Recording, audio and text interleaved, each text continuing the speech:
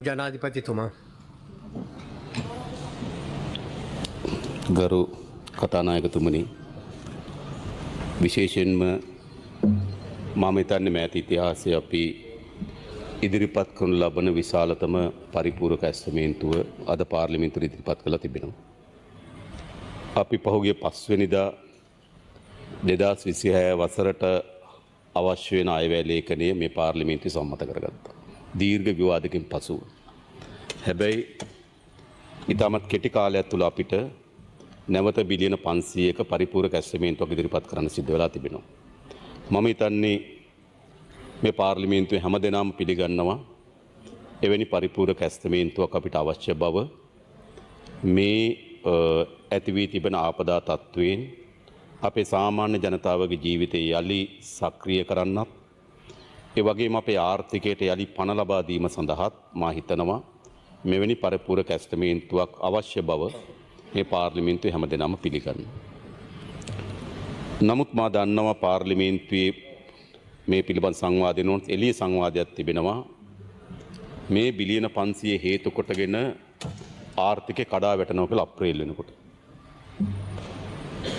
හැබැයි මම හර්ෂ මන්ත්‍රීතුමාට ස්තුතිවන්ත වෙන එතුමා දැක්කා අවස්ථා කීපයකදී ප්‍රකාශ කළා තිබුණා රජයට මේ ප්‍රතිපාදන වෙන් කිරීම සඳහා මුදල් තිබෙන බවත්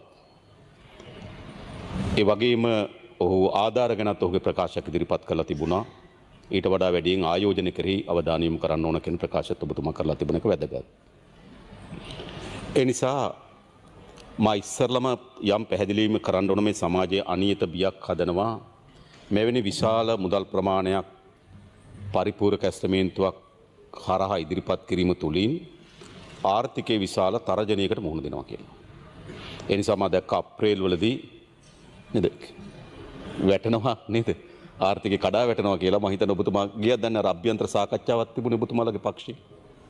ඔබතුමා ගියේ නැද්ද ආර්ථික සාකච්ඡාවට? ආරාධනා කරලා නැහැ රවි කරුණානායක මන්ත්‍රීතුමාට.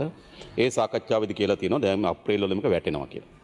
ඒක අහගෙන ඇවිල්ලා මම දැක්කා කීප දෙනෙක්ම මාධ්‍ය සාකච්ඡා අප්‍රේල් වල වැටෙන කතාවක් ඉදිරිපත් කරලා තිබෙනවා. මේ ඉදිරිපත් කරන්නේ මේ බිලියන 500 වෙන් කිරීම හරහා සිදුවේ ආර්ථික ප්‍රතිවිපාක කියලා තමයි උන්ගේ අදහස.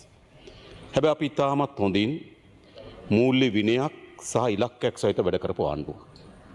ඒ නිසා අපි බැලුවොත් මේ 2025 වසර බැලුවොත් 2025 වසරේ අපිට අපේ රටේ ආර්ථික ශේත්‍රය ඉතාමත් වැදගත් සාධක ගණනාවකින් අපි වාර්තා තබලා කිනවට වඩා හොඳ ජයග්‍රහණ ලැබලා තිබෙනවා. පළවෙනි එක ගත්තොත් තමුන්වන්සලා දන්නවා අපේ රටේ භාණ්ඩාගාර ගිණුම දීර්ඝ කාලයක් භාණ්ඩාගාර ගිණුම ගියේ OD එකේ. බැංකු අයිරාවකින්. සමහර වෙලාවට 30 පොලි අනුපාතයේ 33 36 වගේ පොලියක් ගෙවුවා මේ බැංකු අයිරාව වෙනුවෙන්. කොච්චර බැංකු අයිරාවක් තිබුණද? 2018 බැංකු අයිරාව බිලියන 180යි. ටෙසරි එක බිලියන 180ක අයිරාවක් එක තමයි ගමන් කරේ. 2019 බිලියන 274යි. 2020 බිලියන 575යි. 2021 බිලියන 821යි. ඒ කියන්නේ ආණ්ඩුවේ account එක OD වෙලා තිබුණා බිලියන 821ක 2021. හැබැයි මම කියන්න කැමතියි 2025 නොවැම්බර් වෙනකොට අපේ ආණ්ඩුවේ භාණ්ඩාගාර account එකේ ධන අගය බිලියන 1202යි. 2021කට සාපේක්ෂව එදා බැංකු අයිරාව බිලියන 800යි. අද ධන අගය 1200 කියන්නේ බිලියන ට්‍රිලියන 2ක ඉහළ යාම. ඒක ඉතා වැදගත් අපේ රටේ ආර්ථිකය. මම හිතන්නේ එවැනි සංචිතයක් නොතිබෙන්න අපිට අද මේ බිලියන 500 වෙන් කිරීමේ හැකියාවක් ලැබෙන්නේ නැහැ. එහෙනම් වෙන උපාය මාර්ග ගණනාවක් අපිට හොයාගන්න වෙනවා මේ බිලියන 500 සම්පූර්ණ කරගන්න. දෙවෙනි එක අපේ ආදායම ගත්තොත් රාජ්‍ය ආදායම 2007 වසරට පසුව 2007 වසරේ තමයි අපිට 16.6ක රාජ්‍ය ආදායමක් තිබුණා. හැබැයි 2025 වසරේ අපි 15.9ක රාජ්‍ය ආදායමක් උපයනවා.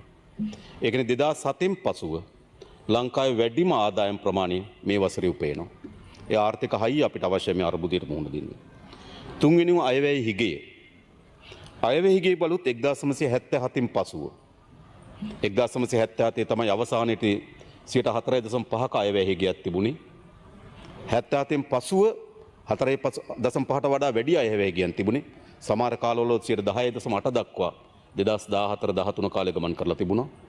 අපිට කියන්න සතුටුයි 1977 තිබුණු අයවැය හිගිය දශක ගණනාවකට පසු මේ අවුරුද්දේ 4.5 දක්වා ඇවිල්ලා තියෙනවා. 77න් පස්සේ අඩුම අයවැය හිගිය වාර්තා කරලා තිබෙනවා. ඒක වැදගත් දෙයක්. ඒ වගේම අපි දන්නවා අයවැය ඉලක්ක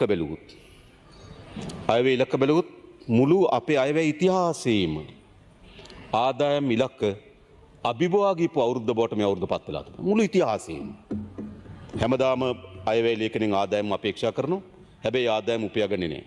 මේ අවුරුද්දේ අපි අපේක්ෂා කරා බිලියන 4,960ක්. මේ 2025 දෙසැම්බර් 15 වෙනකොට බිලියන 5,125යි. ලංකා ඉතිහාසයේ පළමු වතාවට අයවැය ලේඛනකින් අපේක්ෂා කරන ලද ආදායම ඉක්මවා යන්න අපිට පුළුවන්කම ලැබුණා. ඒ වගේම ගත්තොත් අපේ ණය සීමාවන් හැමදාමත් අපි දන්න අයවැය ලේඛනයක් ඉදිරිපත් කරාට පසුව හැමදාමත් ණය සීමාවන් වැඩි කරනවා. හැබැයි අපිට පුළුවන්කම ලැබුණා ඒ ණය සීමාව වැඩි නොකර තබා ගන්න. මේ 2026 සඳහා අපි අයවැය ලේඛන ඉදිරිපත් කරනට කිව්වා බිලියන 3,800ක ණය සීමාවක් අපි අපේක්ෂා කරා. නමුත් අපි අයවැය යෝජනා හරහා තව බිලියන 60ක් අඩු කරලා බිලියන 3,740ක ණය සීමාවක් තමයි තියෙන්නේ. අපි මේ බිලියන 540ක මුදල් යොදවන්නේ අපේ ණය සීමාව වැඩි කරන්නේ නැතුව. ඒක වැදගත්. ඒ නිසා දීර්ඝ කාලයකට පසු අයවැය ලේඛනෙන් අපේක්ෂා කරන ණය සීමාව තුල ආරක්ෂා වීම සඳහා අපිට හැකියාව ලැබිලා තියෙන එක දීර්ඝ කාලයකට පසු. ඒ වගේම 1950න් පස්සේ අපේ ප්‍රාථමික ගිණුමේ අතිරික්තයක් තිබිලා තියෙන අවස්ථා 6යි 2024 වෙනකම්. 1956න් පස්සේ අවුරුදු 74ක්. ඒ මුළු අවුරුදු 74ෙම ප්‍රාථමික ගිණුමේ ධනාතිරික්තයක් තිබිලා තියෙන්නේ අවස්ථා 6යි. ඒ අවස්ථා 6ම 100ට වඩා අඩුයි. මතකද බලන්න. 0.6යි 0.5යි 0.4යි 100ට වඩා අඩුයි. හැබැයි මුළු ඉතිහාසෙම පළමු වතාවට අපේ ප්‍රාථමික ගිණුමේ අතිරික්තය 3.8ක් වාර්තා කරන මේ අවුරුද්දේ. ඒ කියන්නේ මොකද්ද මේ? සියලු අපේ විදේශ ප්‍රේෂණ ලංකාවේ තියෙන වැඩිම විදේශ ප්‍රේෂණ මේ අවුරුද්දේ ලැබෙනවා. අපි සංචාරක ඉපීම් 2018 තමයි බිලියන 3.8ක වගේ සංචාරකීම් අපි ඒක අභිභවය කියලා අපේක්ෂා කරනවා. අපි අපනයන ආදායම ඩොලර් බිලියන 18කට ආසන්නව අපි භාණ්ඩා සේවා අපනයන ආදායම උපයා ගන්න හැකි වෙයි කියලා. ඒ සියලු වාර්තාය. මම කියන්නේ නැහැ හැබැයි මේ දත්තවලින් මේ විදිහට අපි ඉතාමත් ප්‍රශස්ත මට්ටමක පෙන්눔 කරලා තිබෙනවා. ඉතාමත් ශක්තිමත් මූල්‍ය කළමනාකරණයක් සහ ඉතාමත් ඉලක්ක සාගත වැඩ කිරීමේ ප්‍රතිඵල හැටියට. නමුත් අපේ ආර්ථිකයේ තිබුණේ අර විශාල කම්පනයන්ට ඔරොත්තු දෙන සමත් ආර්ථිකයක් නෙවෙයි අපිට තිබුණේ. අපේ ආර්ථිකය කුඩා හෝ වැරදි තීන්දුවක් බරපතල ගණේ විනාශයන් ඇති කරන ආර්ථික තත්ත්වයක් අපිට පොඩි වැරදි වරදා ගන්න තීන්දුවක් විශාල හානිකර ප්‍රතිඵල ගෙනත් දෙනවා. සාමාන්‍ය ලොකු වැරදීම් හානිකර ප්‍රතිඵල දෙන එක පිළිගන්න පුළුවන්. හැබැයි අපේ ආර්ථිකය තිබුණේ අපි ඇති කරන ලබන කුඩා වැරදීමක් මාරාන්තික ප්‍රතිඵල ගෙන ආර්ථිකයක් අපිට තිබුණා.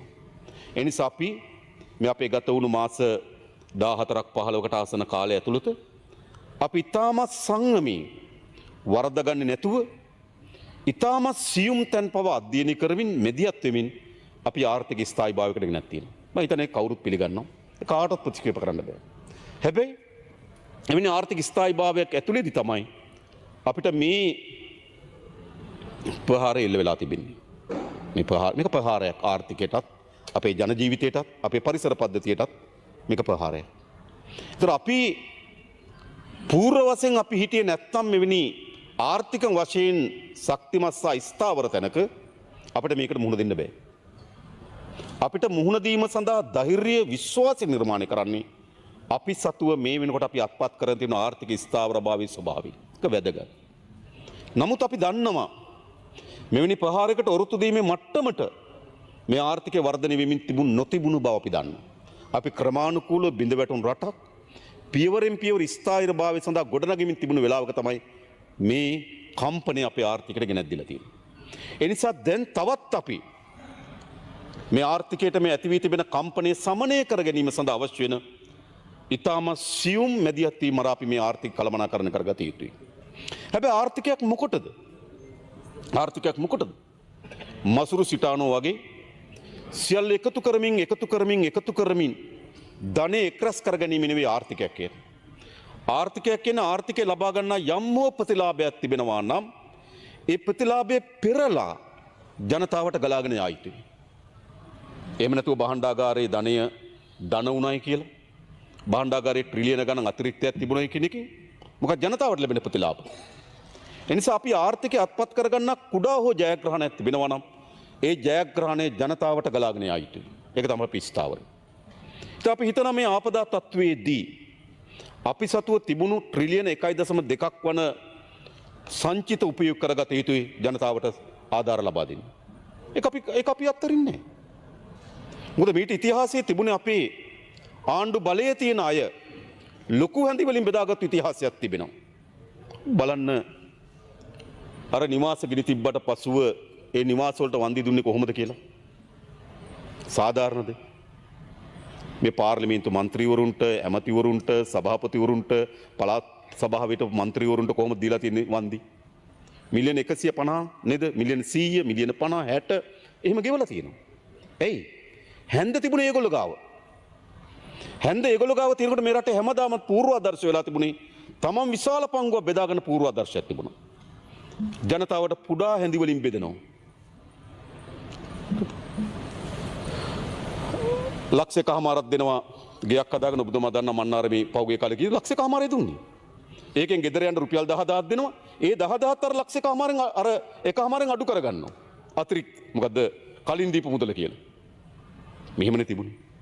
ඒ කියන්නේ හැම වෙලාවම ජනතාවට බෙදනකොට නිකන් ඇඟෙන් ඇටයක් ගලවලා දෙනවා වගේ. තමන්ට බෙදා ගන්නකොට ලොකු හැඳි වලින් බෙදාගත් ඉතිහාසයක් තිබෙනවා. අපි ජාතික ජන බලවේගයේ ආණ්ඩුව හැදුව මොකටද? ලොකු හැඳි වලින් ආණ්ඩුවට බෙදා ගන්න නෙවෙයි ආණ්ඩුවට බෙදෙන හැඳිත් නැති කරගන්න. මම කරලා තියෙනවා. මම කියන්නේ නැහැ නැවත නැවත. හැබැයි අපේ අභිප්‍රාය තමයි ජනතාවට සාධාරණ මේ ප්‍රතිලාභ දෙන එක. ඒ නිසා තමයි අපි මේ පරිපූර්ණක ඇස්තමේන්තු මේ පාර්ලිමේන්තු ඉදිරිපත් වෙලා ජනතාවට සාධාරණ ලෙස මෙම ප්‍රශ්නයේදී ගොඩේම සඳහා ආණ්ඩුවක් ඇටියට අපි මෙදිහත් වෙ යුතුයි. ලංකා ඉතිහාසයේ කවදාවත් මෙහෙම කරලා නැහැ. ගම් වතුරකට සත්තු වහුණා නම් ඒ ෆාම් අයිතිකාරය බලා ගන්න ඕන. කඩයක් ගියා නම් ඒ කඩේ අයිතිකාරය බලා ගන්න ඕන. ගෙයක් ගියා නම් පොඩි මුදලක් දෙනවා. එයි ඇඟෙන් ඇටයක් දෙනවා වගේ තමයි ජනතාවට සැලකුවේ. මේක තමයි ඉතිහාසය. කාටත් ඒක අභියෝග කරන්න පුළුවන්. මම මේ දත්තත් එක පැටලෙන්න යන්නේ නෑ. අපේ පුනරුත්ථාපන අධිකාරී අධ්‍යක්ෂවරයා හැටියට කටයුතු කරලා තියෙනවා දීර්ඝ කාලයක් අපි ආනන්ද විජේපාල ඇමතුමා. ඉතින් එතුමා දන්නවා කොහොමද එතුමා පුනරුත්ථාපන අධිකාරී වැඩ කරන රිසාඩ් බදුදීන් මන්ත්‍රී ඇමතුමාගේ කාලෙත් එතුමා යම අමාත්‍යාංශ අධ්‍යක්ෂවරයා හැටියට කටයුතු කරා. ඔබතුමා දන්නවා කොහොමද ඔබතුමාගේ අමාත්‍යාංශයේ කාලේ ඉවිලිතා සොච්චම් මුදල්. හැබැයි අපිට අවශ්‍යකම තිබුණේ කුමක්ද? මේ ජනතාවට යලි තමන්ගේ ජීවිතයේ ආරම්භ කරමින් වඩාත් ස්ථාවර ජීවිතයක් ගත කිරීම සඳහා අවශ්‍ය වෙන මැදිහත් වීම අපි කරන්නේ කොහොමද කියන එක තමයි අපේ ප්‍රතිපත්ති මේ ප්‍රවේශය. අන්න ඒ සඳහා තමයි අපි මේ බිලියන 500ක් අපේක්ෂා කරන්නේ. අපි අයවැය ලේඛනයේ 5 වෙනිදා අපි බිලියන 72.5ක පරිපූර්ණක ඇස්තමේන්තුව සම්මත කරගත්තා. දැන් අපි බිලියන 500ක තව පරිපූර්ණක ඇස්තමේන්තුවක් අපේක්ෂා කරනවා. අපි බිලියන 1400ක ප්‍රාග්ධන වියදම් වෙන් කරලා තිබෙනවා ලබන අවුරුද්දට. අපි ප්‍රාග්ධන වියදම් වලිනුත් මේ ශේෂ්ත්‍රයට යොමු කිරීම සඳහා බිලියන 130ක් විතර හඳුනාගෙන තිබෙනවා. ඒතර අපිට බිලියන 500යි අර දැනට වෙන් කරලා තියෙන මුදල් වලින් බිලියන 130ක් විතර අපිට මෙතනට පරිවර්තනය කරගන්න පුළුවන්. මේ අරමුණට යොදවා ගන්න පුළුවන්.